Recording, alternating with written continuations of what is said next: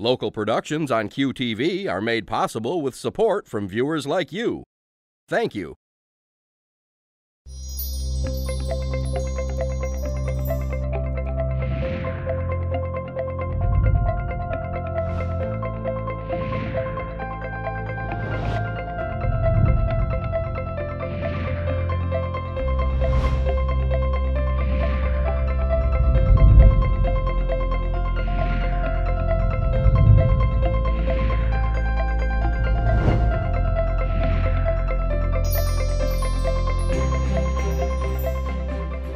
Hello everyone, I'm Junia Doan, and welcome to Junia Doan's A Spark.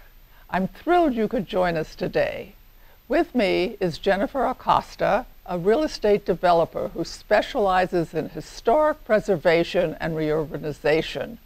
Many of you may be familiar with her projects, which includes the Time Lofts and the Legacy in Bay City, Michigan.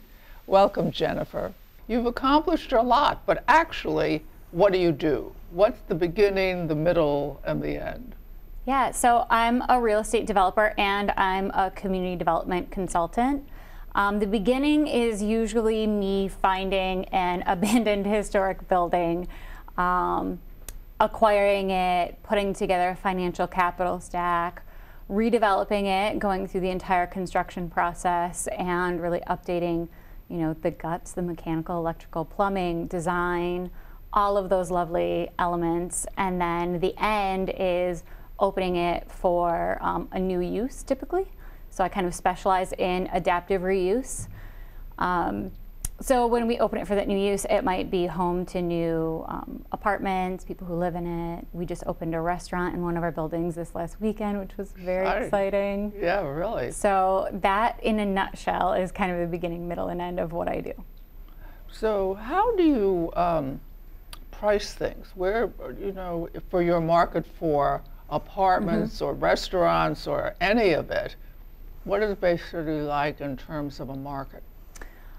So Bay City, I usually go with a price per square foot for a residential rental or for commercial leases. So typically what I look to do is I keep a property database and spreadsheet of comparisons within the market.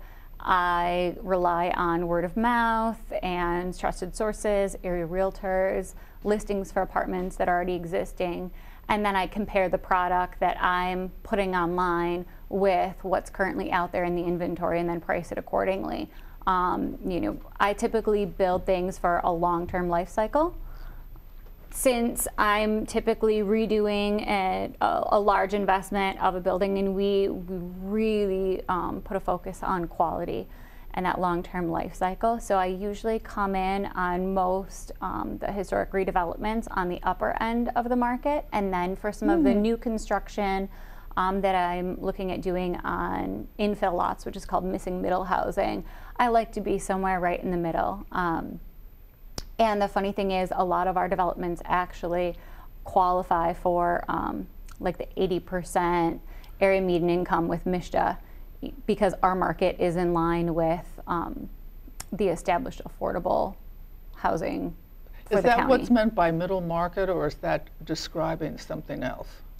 Missing middle housing is anything from a duplex up to maybe courtyard apartments, things that you don't traditionally see that are built anymore. So we haven't built a lot of them in the last 50 years. So it could be a fourplex, a sixplex. I have 2 little kids, and they know that they get a piece of candy if they can find a duplex as we're driving through somewhere. Cute.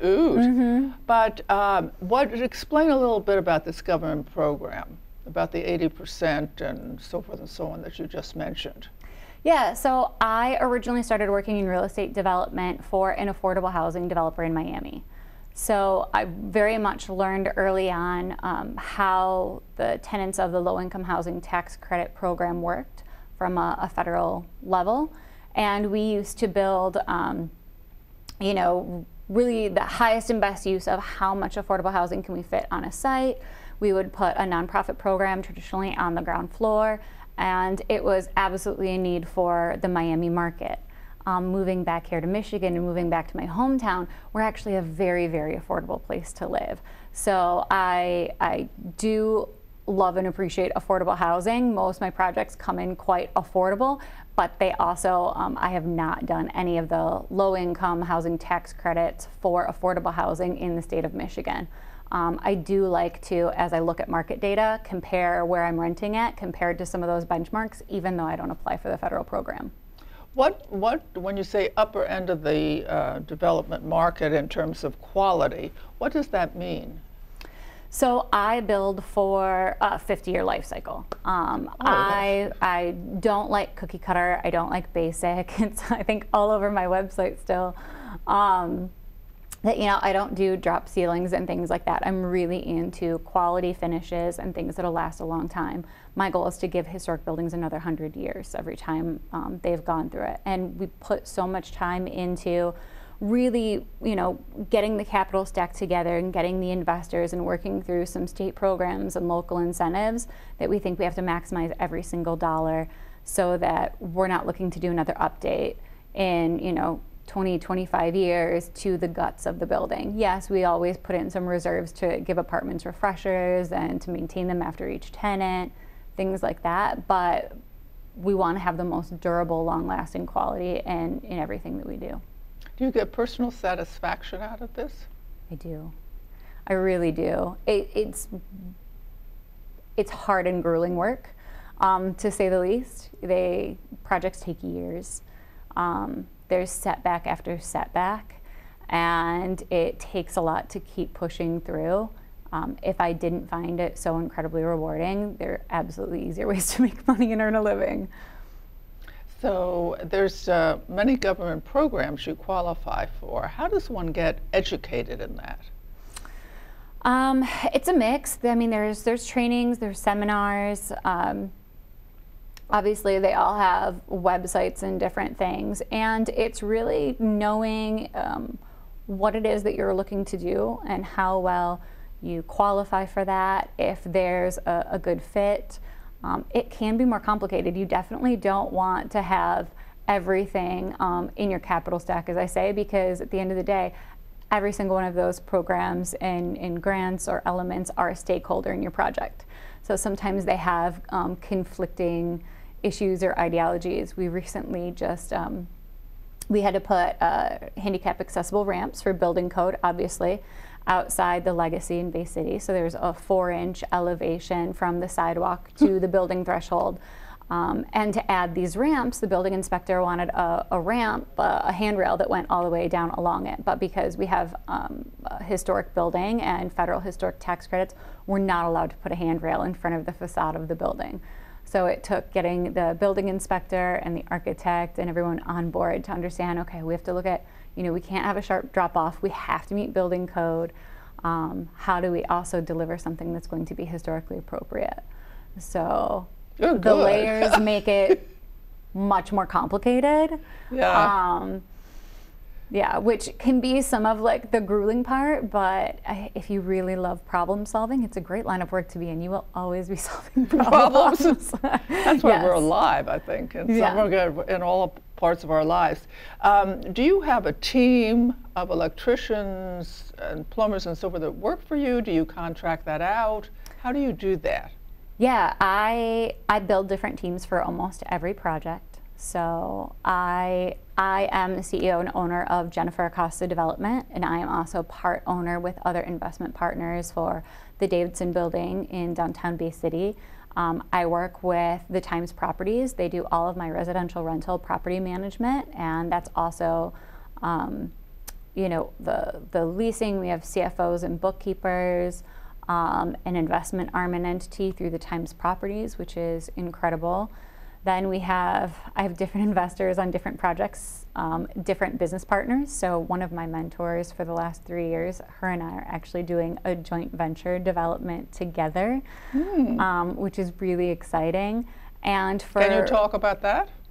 Yeah, it's for the Behringer project in Saginaw. So we're working on finalizing the purchase agreement and acquiring a historic building that will be redeveloping into boutique hotel. Good. Yeah, that's really exciting. So everything's different. We absolutely, I work with a variety of different contractors that actually do the work. My electrician happens to be one that I carry over on almost every project. Clements Electric, they're fantastic to work with. So there are definitely some subcontractors that I carry over and call on again and make sure that they bid the work, and different general contractors typically. So you would say that's the developer side. You put together the investors, the concept, and organize the architect and follow through, and then you sort of dispense rental to one organization, and you amass your workers as needed on a project. Yeah, it's all about building different teams, I think, for different projects and different specialties. So, you know, architects, engineers, contractors, the end user. So with the hotel, obviously, we didn't have a leasing agent being our residential rental firm. We have a hotel operator and different teams for that. So it's, early on, someone described real estate development like you're being the conductor of an orchestra, and you have to figure out how to take all of these wind instruments and make music out of it rather than just noise, because it can be rather chaotic, and there's a lot of different moving pieces and parts, and continuing project management from that initial conceptual all the way through to the end. And then usually you wind up being, you know, one of the owners too at some point, so you're in it. So what's the best way to work with investors? What would make a good investor as opposed to a not so good investor? For my projects, I take a triple bottom line approach. So they have to make sense. People, planet, and profit is what I say. It has to be environmentally sound, financially sound, and have some kind of a social barometer. So if there's an investor that maybe just wants to get in, make a quick buck, flip it, and get out, they're not a good fit for me.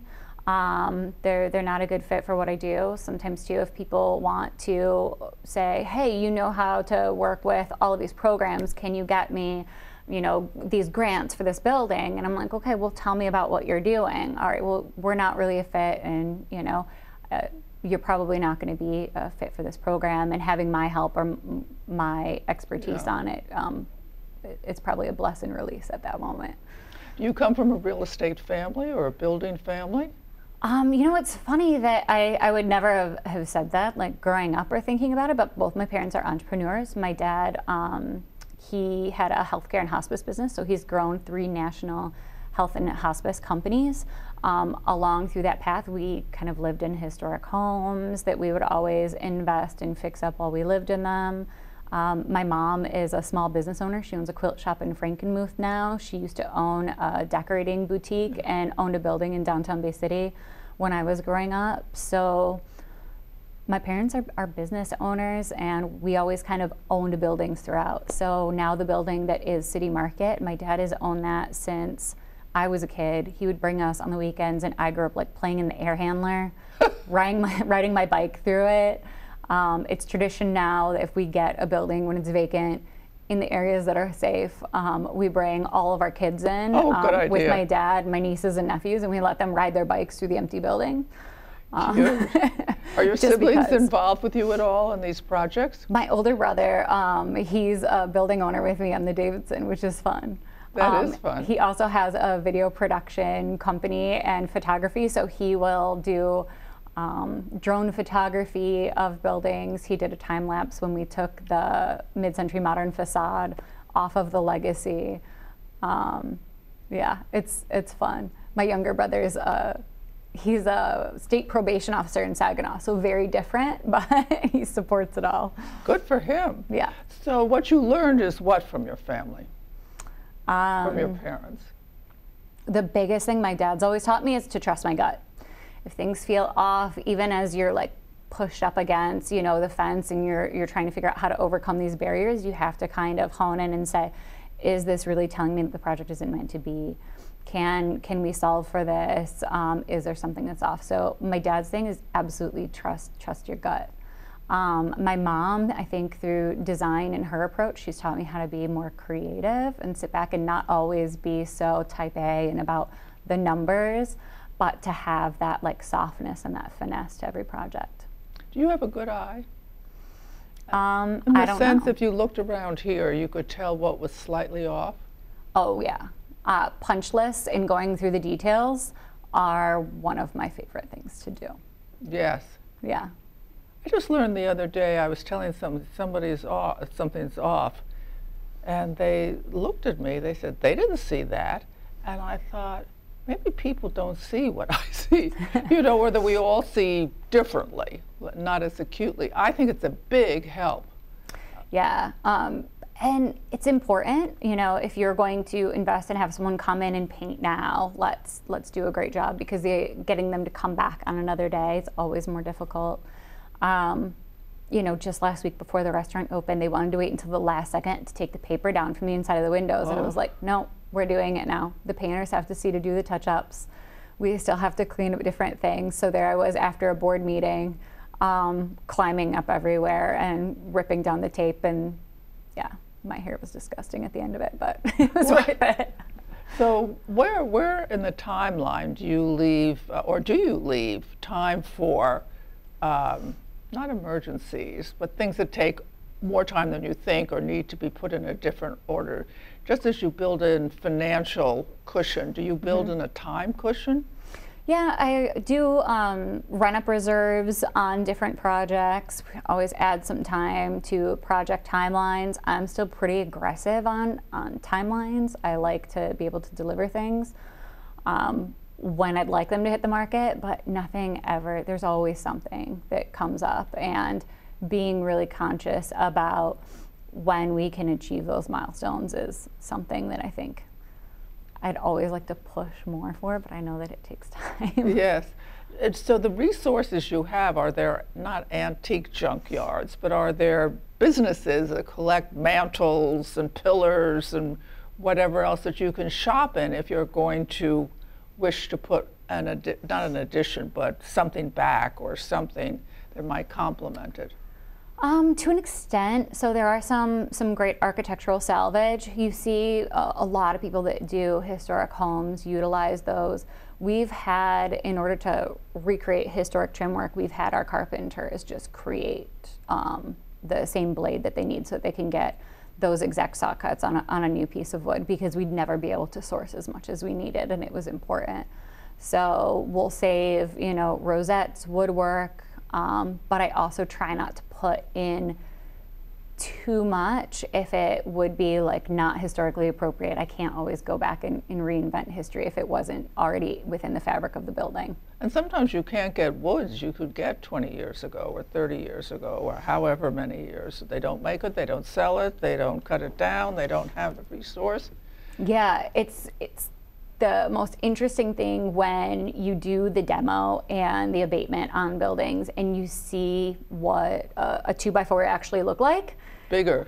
In the 1890s, yeah, and you'd have, you know, rough cut sawn, the old nails, and yeah, they're gigantic. They're actually 2x4, if not larger, compared to what we have today. Do you ever use that fake wood or whatever they call, not the processed wood, there's another name for it, but it certainly wasn't existent in bygone times. It makes the wood less subject to warping or wearing out, or is that too fake looking? They have a name, it's not processed wood, but it's something like that. No, we haven't used anything like that. We have done some, so if we have columns running through an apartment where the column goes next to our hardwood floor, we'll have to use like a rubber trim because you actually couldn't get wood. It's easier to use a piece of like rubber or plastic that's painted to go in there versus being able to like hand cut perfectly to all those dimensions. Because the floor isn't that even. Or is it the cost to replicate? It's just the trim detail. So if we have a column running through like a new wood floor, we don't want to have like a rough detail there. We want to be able to like add almost the same as like a piece of crown molding. We want a little molding, a little edge. We've also, for the lower levels of the legacy, we used a product called GFRC. It's a glass fiber reinforced concrete. So what does that do? They re-engineered the entire building load in the 1960s. They changed the way that it structurally sat from its original 1890s. So for us to have gone back, we would have had to re-engineer it again. I take a lot of risk, but bracing a 128-year-old building to redo Yes. the way that the four upper floors sat, it was beyond my threshold. And it would have cost far too much money. So GFRC it replicates the look of the original sandstone. We're able to have our architects design the exact look we want and the sketches, and then they create the molds, and they basically pour in concrete blend. We would check samples for the exact coloration. We would put it out against the existing sandstone that we had that was left over from the 1890s to get the closest match that we could. And then they essentially hang these panels on Z-clips on the existing load that we had without having Fabulous. to put sandstone back in and re-engineer the building. What about I forget what it's called, molding? Is that also plastic these days or some other? We use wood. You use wood, so you replicate. Oh, amazing. Now, I read that you started 2 sort of youth organizations for Preservationists. One is In Focus and one has Young Preservationists. Tell us something about that, both. I started the Young Preservationists Great Lakes Bay. There's a good amount of community groups throughout Rust Belt cities in the United States that are dedicated to just young preservationists. We need to get this idea of, preservation and how important these structures are and carry it on to the next generation. And I got a little frustrated when I went to conferences and there was no one that really looked like me of my same demographic at preservation conferences. How can we also open up the floor to a more inclusive and diverse audience? And it's by, talking about being young preservationists that's really helped that. So I didn't, reinvent the wheel or anything, but I had adopted a model that's been used elsewhere with some fantastic colleagues. Can you age out of young preservationists, or you haven't got it's there kind yet? of young at heart, but I can say that there is definitely the pain point of trying to run the organization where I feel like, wow, guys, getting to happy hour is really hard. It's bath night. Right, We right. have 2 little kids at home. Yes. It's And the other one? I've aged out a little bit on that. Yes, well, other responsibilities. I'm really a great admirer of someone who can run full out a business and full out at home. I don't know what your husband does, but he's an entrepreneur as well. He has his own business. Yeah, we're a double entrepreneur household. What does he do? He's a lighting designer. He custom handcrafts lighting fixtures, mostly out of upcycled and other used materials. And then they tend to be the statement pieces in hotels, restaurants, casinos, all around the world. Oh, that's wonderful. You can both understand each other. We do. And yesterday he was running things for me in CAD, so I was like, which is fantastic because he has that skill set. So he's a trained architecture and engineer. Oh, good. But he doesn't carry a stamp or anything like that anymore. So lighting tends to be his focus. And he always does a piece or statement lighting of some sort for every one of my buildings. Oh, that's lovely. I like that. And so how many are in your group? Do we have that many young preservationists in the area? I'm thrilled. I'd like you to say we have 150. Yeah, well, our Facebook page has over 200. My It hit goodness. 200 in 2 days. I forget what the total's at right now. And we've recently done kind of some focus groups on, what activities do they want to see. I'm trying to get someone else that can, I can pass the torch to as far as leadership and make the group a bit more active than what I can. And actually out of it, someone spoke up during the focus group and said, I'd really like if we had historic walking tours. And he's capable of kind of doing that and writing the script for it. He's a journalist by nature, so I introduced him to the Bay County Museum, and sure enough, he started doing Hell's Half Mile walking tours this summer. I think they're going to do some more for the Hell's Half Mile Film Fest. Yeah. And then extend out and do some more architecture tours in Bay County. And he actually just got hired by the Historic Museum, so he's now permanently there as one of the educational curators for the museum, which is fantastic. So sometimes it's just, I did nothing other than held a focus group, brought people together and sat back and then kind of listened to where the energy was at and made some connections where I can. Sometimes that's all I have to do, and it's amazing what happens because we have so many incredible people in this community that want to do more, and sometimes it's just you have to great, I'm going to make the introduction and get out of the way. Yes, what I like about that is it shows once again that someone who does not necessarily have a background can take what that background is and amplify the spotlight on something or create a whole new thing. I learn from almost everybody. They teach me if I'm looking for it. Yes. Yes, you have to be looking for it a little bit, but absolutely.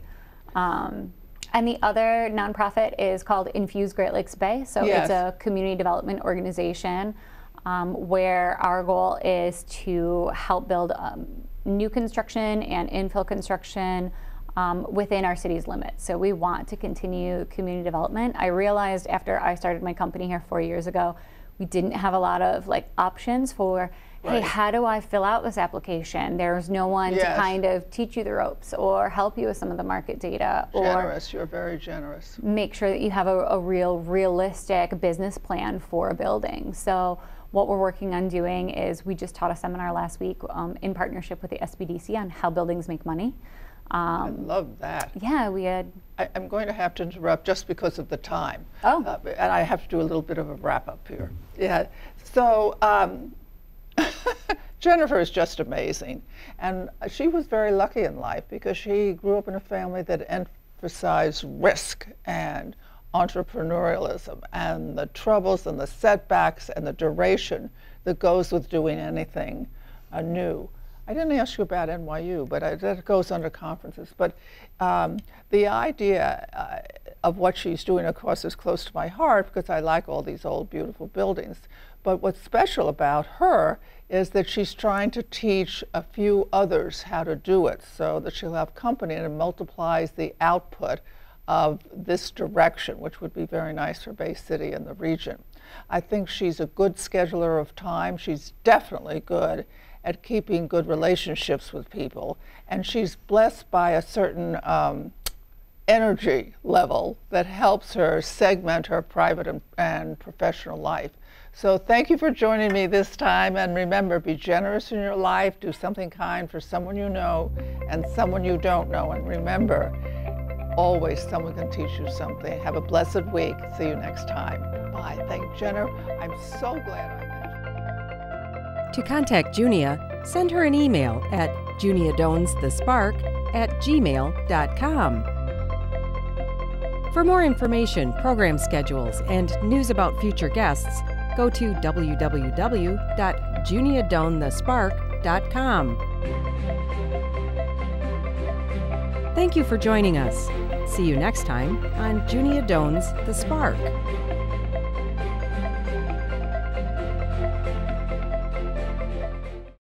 Local productions on QTV are made possible with support from viewers like you. Thank you.